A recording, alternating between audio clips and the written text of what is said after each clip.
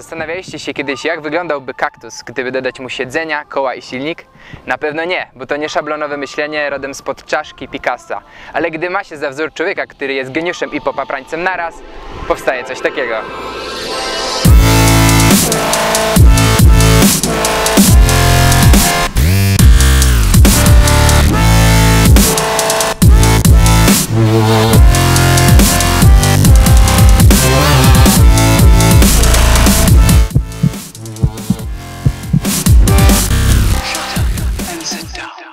Samochód karykatura, wszędzie okrągły, tutaj łaciaty, do tego wysoki, jakby stał na szczudłach. No i jeszcze te malutkie świńskie oczka, plus muskularna sylwetka, która jednak nie przeszkadza, by kaktus ważył tyle, co 1020 kg piór. I tu ujawnia się jego największy atut – oszczędność pomimo ekstrawaganckiej formy. To aneryktyczka skrywająca swoją lekkość pod bufiastym modnym płaszczem. W kaktusie prawie nic nie waży płyta podłogowa, tylna kanapa celowo niedzielona. No i układ otwierania szyb. W zasadzie ich się nie otwiera, tylko rozszczelnia, co jest trochę denerwujące, na przykład w sytuacji, gdy ktoś chce ci coś podać. Coś za coś. Mamy za to duże schowki, niższą cenę i o wiele mniejszą masę auta. Co przekłada się na żwawsze przyspieszanie, skuteczniejsze hamowanie, no i niższe spalanie, a to kolejne podobieństwo do prawdziwego kaktusa. Sprawdźmy, czy jego motoryzacyjna mutacja jest w stanie uzyskać obiecywane 4,7 litra na setkę w cyklu mieszanym na dystansie 10 km.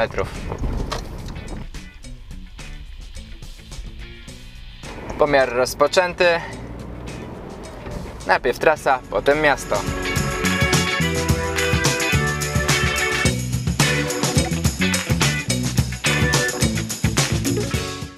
Okej, to chyba idealny moment, by pomówić wreszcie o silniku. W tym momencie korzystamy z jedynego słusznego w ofercie kaktusa, 3-cylindrowego benzyniaka 1.2 turbo o mocy 110 koni mechanicznych i momencie obrotowym wynoszącym 205 Nm. Przeniesienie dysz spryskiwacza na piórę wycieraczki pozwoliło zaoszczędzić 1,5 kg, więc te osiągi wystarczą do przeciwdziałania siły tarcia oraz wiatru. No, z tym ostatnim będą problemy, ale dopiero na autostradzie. Trasa mija gładko i przyjemnie, a to za sprawą siedzeń wygodnych jak sofa. Narzekać będzie jedynie wyższy pasażer przedniego fotela, no bo nie da się go obniżyć. Domyślam się, że wynika to z oszczędności, tym razem pieniędzy. A nie powiedziałem wam jeszcze, że mamy do czynienia z drugą najdroższą wersją wyposażeniową kaktusa, wersją Shine, dostępną za niecałe 69 000. Z kolei tą najtańszą możecie mieć za sumę, którą da się znaleźć na ulicy. To niecałe 49 koła.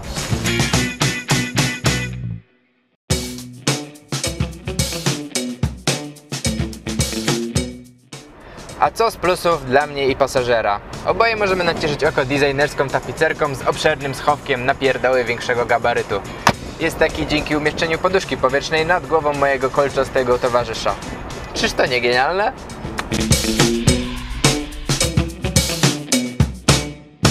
Dobra, wkraczam do miasta. Tu na moją korzyść działa system start-stop, denerwujący szareja, niezależnie od postaci.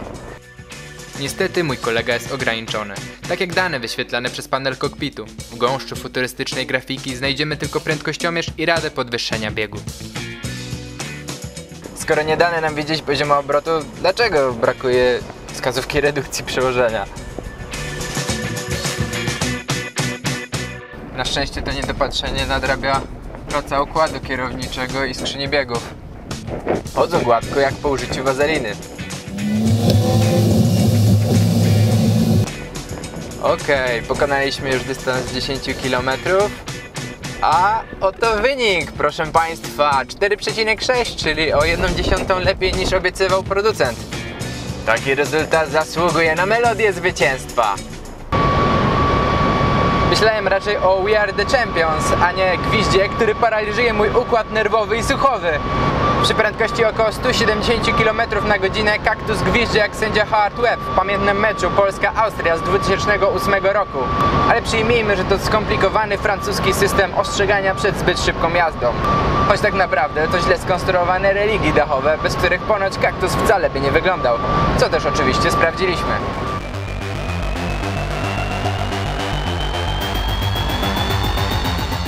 W miarę przyspieszenia do prędkości maksymalnej, czyli 188 km na godzinę, gwizd przeradza się w kakofonię, więc radio sobie odpuśćcie. Przebić da się go jedynie, głośniejszym gwizdem.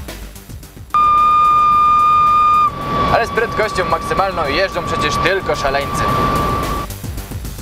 Niestety to nie koniec wad w starciu z autostradą. Tu wcześniejszy plus lekkości przekształca się na minus, bo auto tańczy na wietrze jak szorek po kilku głębszych. Żadne z dwojga nie jest wtedy stabilne. Naprawdę lubię ten samochód za jego futurystyczność i oryginalny charakter. Dlatego czuję takie uczucie winy z każdą falą krytyki, którą go oblewam. Mam na myśli oczywiście samochód, nie Shoraja. Oczyszczę sumienie, pokazując wam coś, na co czekaliście, o czym nawet jeszcze nie wiecie. Testy zderzeniowe Hot Brakes. Dojeżdżam do nich właśnie po nierównej drodze, a elastyczne zawieszenie radzi sobie nad wyraz dobrze. Jesteśmy na miejscu. Drodzy widzowie, to co tu widzicie powszechnie określa się narzędziami destrukcji. Z kolei spiłowane kolce na zderzakach i drzwiach to komory powietrzne z hydroplasty czegoś tam. Służą do przyjmowania obrażeń, więc je zadamy. Dziecięcy toporek, proszę.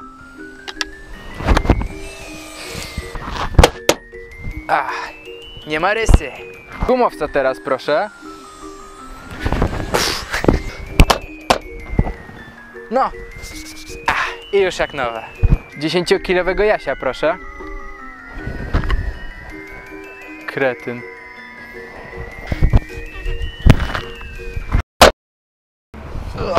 Nie no, bez przesady, przecież nie chcemy, żeby Citroen przestał nam dawać fury. Poza tym istnieje mała szansa, że jakiś kretyn podejdzie z młotem do waszego samochodu. Airbumpy przydają się, jak sami zrobicie coś kretyńskiego.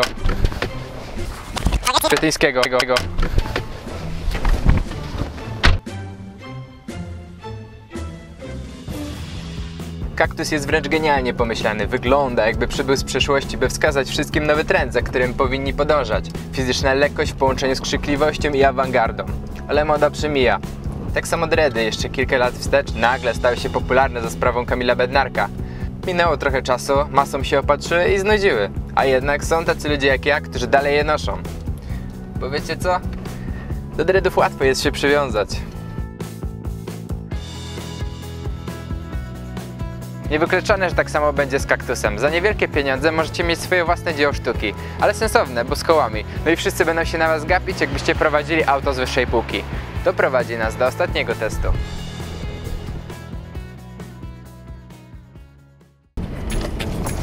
Zrobimy małą rundkę po mieście i sprawdzimy, jak wiele ciekawskich spojrzeń zbierze Citroen Cactus.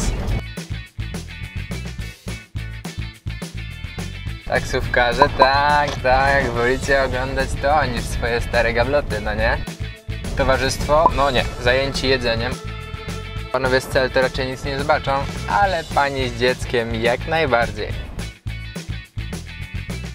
O, czyżby się szykowało zdjęcie?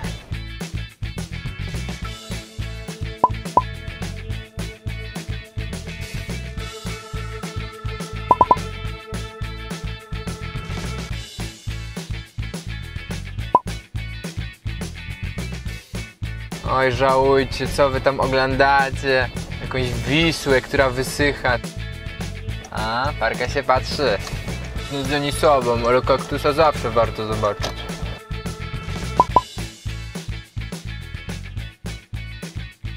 Pani się aż obejrzała 2 razy. Dziękuję za uwagę.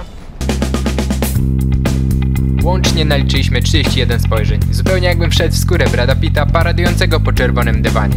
A czerwony był przecież tylko kaktus. Nawet gdy dotrze do ciebie, że uwagę skradł ci samochód, masz to gdzieś, bo i tak czułeś się wyjątkowo. Różnorodność rządzi, a nuda się.